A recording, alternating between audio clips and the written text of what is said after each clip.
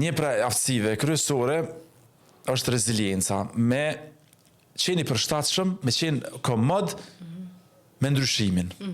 Pajtona. Është problem me qenë komod me ndryshimin, po sa ma komod që mundesh.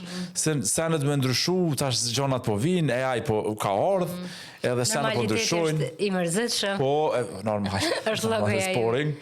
Po edhe gjeneratët ka ndryshu.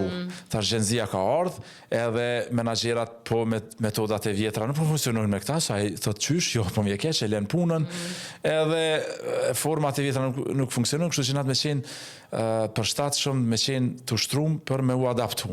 E një vetë sen që kësha punu me liderat e sotëm, me mbledh menaxherat është resilience, me u përshtat me ndryshimet.